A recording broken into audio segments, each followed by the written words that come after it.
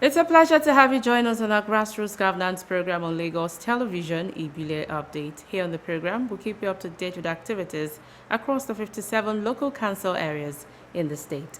I am Joy Ulu on Ibile Update today.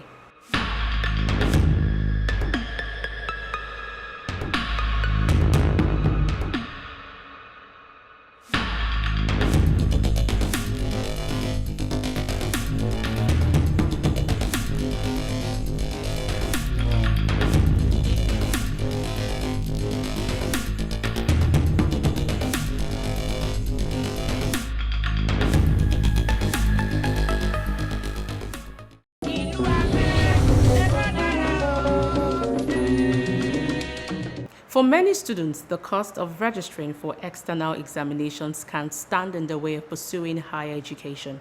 To ease that burden and encourage academic excellence, the executive chairman of Agboyi Ketu LCDA, Adetola Abubakar, provided 500 free GCE forms to eligible students in the cancer area. We have more in this report.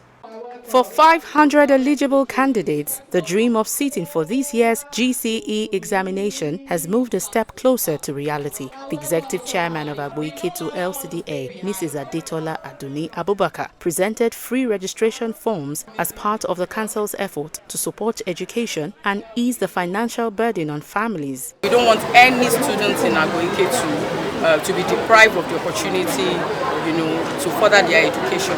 So for any reason, if there's any child whose parents can't afford to get the funds as I went to, we are here as an administration, as a local government, as an LCDA to ensure that they have the funds. The beneficiaries were advised to make the most of the opportunity through dedication, discipline and adequate preparation, noting that education remains a vital tool for personal growth and community development. They are all my children, so I would say, children, dear students, I wish you the best of luck in this forthcoming examination. You need to be, you need to be dedicated to this course. You need to study hard. You need to prepare like this depends on your life and ensure that you come out in flying colors. This will encourage us and as an administration to continue to do this, and it will inspire other students to also get serious and pass their examination. So, dear students, ensure you do me proud in this exam. My name is Sumaya Tijani, and I'm here on behalf of the beneficiaries to say thank you so much to Honorable Mrs. Adetola Aduni Abubakar. Thank you very much. We promise to do our best and come out in flying colors. The council says the program reflects its continued commitment to investing in education and empowering young people to achieve their academic aspirations.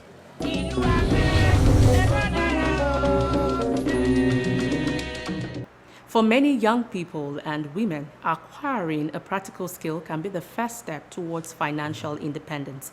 In Ejigbo LCDA, that journey reached a significant milestone as 500 participants graduated from a 3-week intensive skills acquisition program, equipping them with vocational knowledge to pursue entrepreneurship and improve their livelihoods. Ifoma Chimon Ejigbo reports.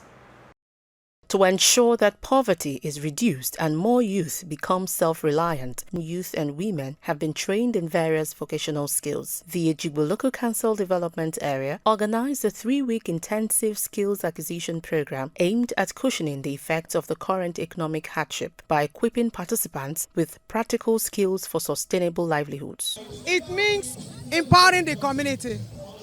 It means making the people at the grassroots to have their stand. It means a complete support to our community. It means sustainability, and it means a lot. They should not stop here. Something has been given to them, but let them grow it, so that they can easily help to expand and sustain the community. At the graduation and passing out ceremony, the chairman of Ejigbo LCDA, Tawhid Taiwo, urged the beneficiaries to make good use of the skills acquired by establishing businesses and becoming employers of labor rather than job seekers. When you support your teaming youth with vocational training beyond whatever education they have, it's further, give them leverage in life. So basically, we understand that an idle hand is the devil workshop, and this present economy has gone beyond only what you learn in the four walls of classroom. Vocational training, hands-on job, is the way to go now.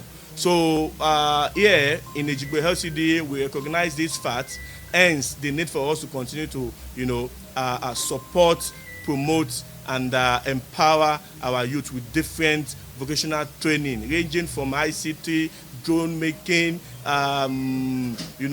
videography, photography, cane and craftsmanship, tailoring, welding, makeup artists, a whole lot of it, up to CCTV camera installation and even solar inverter construction. All of these and many more are what we have been able to, imbibe in our youth. He reaffirmed the Council's commitment to empowering residents through initiatives that promote economic growth and self-sufficiency. Beneficiaries expressed appreciation to the Council, describing the training as timely and impactful, while pledging to put the knowledge gained into productive use to improve their lives and support their families. I'm in the fashion designing department, so I've learned many things. How to, in fact, in men clothes that I don't have much talent on, but now I have talent on it. I was opportune to take part in this program, and I learned a lot of things. In fact, it has pushed me to go further into more training in the CCTV system and the solar system, and I'm very proud of what is happening here.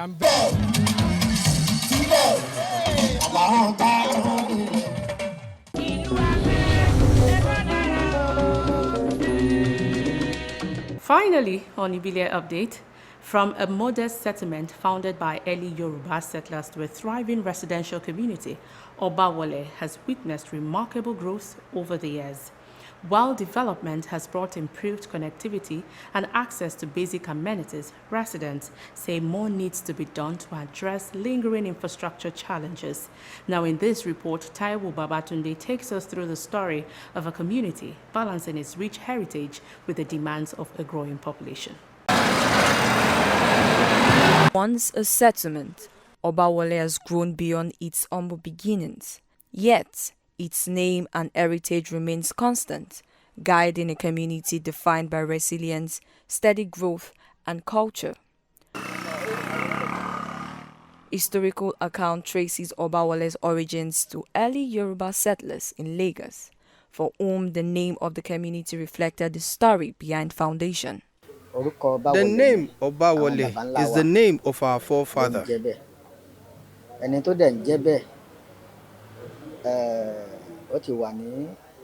Let's say 4th century. He used to go on hunting expedition from one place to another.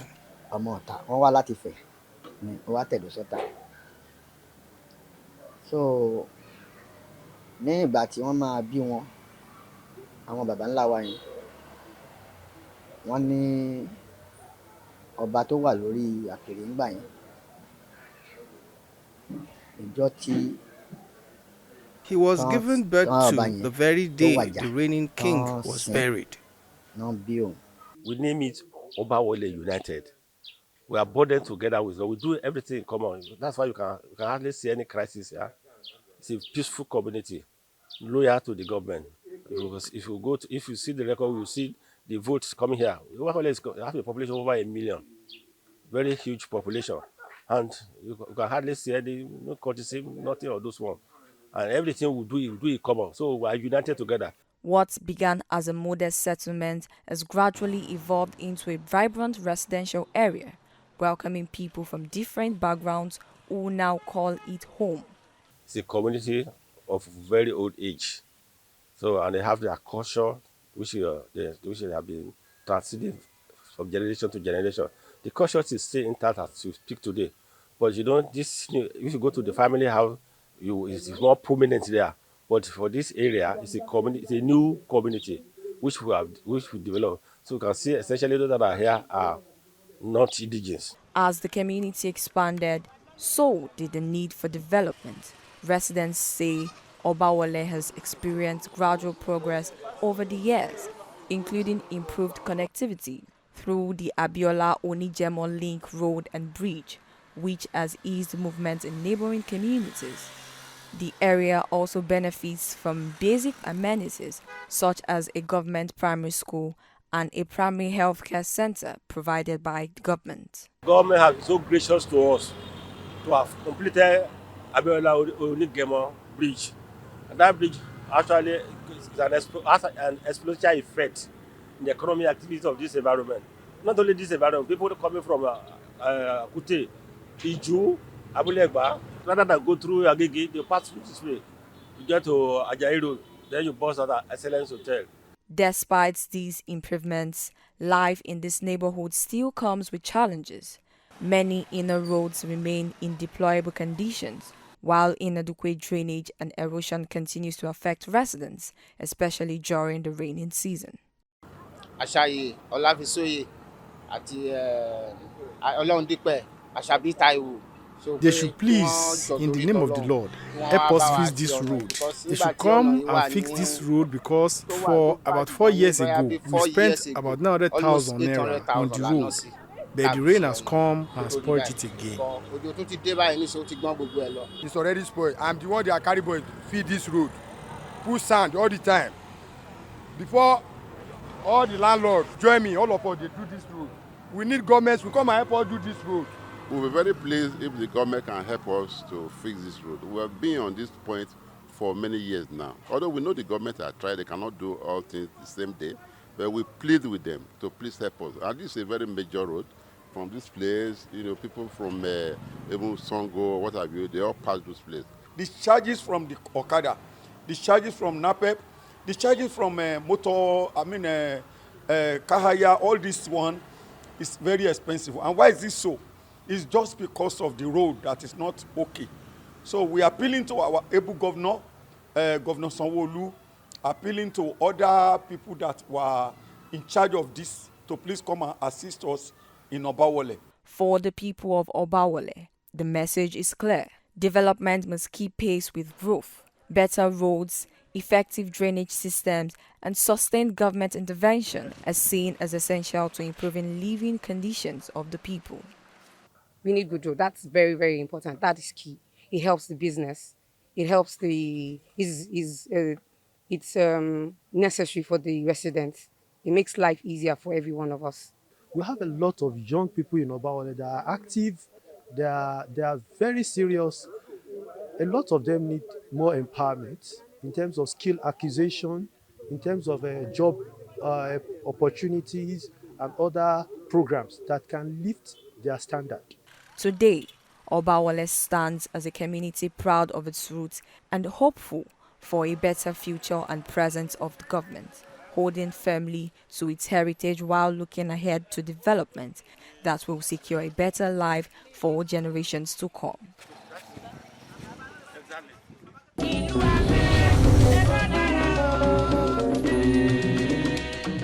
That is all we can take on the program today. If you'd like to reach out to us, please send an SMS or WhatsApp message to the number on your screen.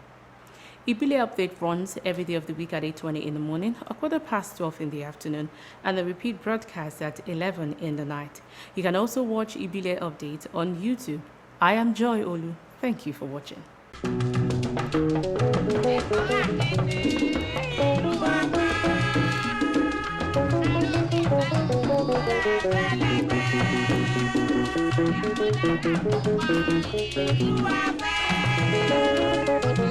Oh, yeah.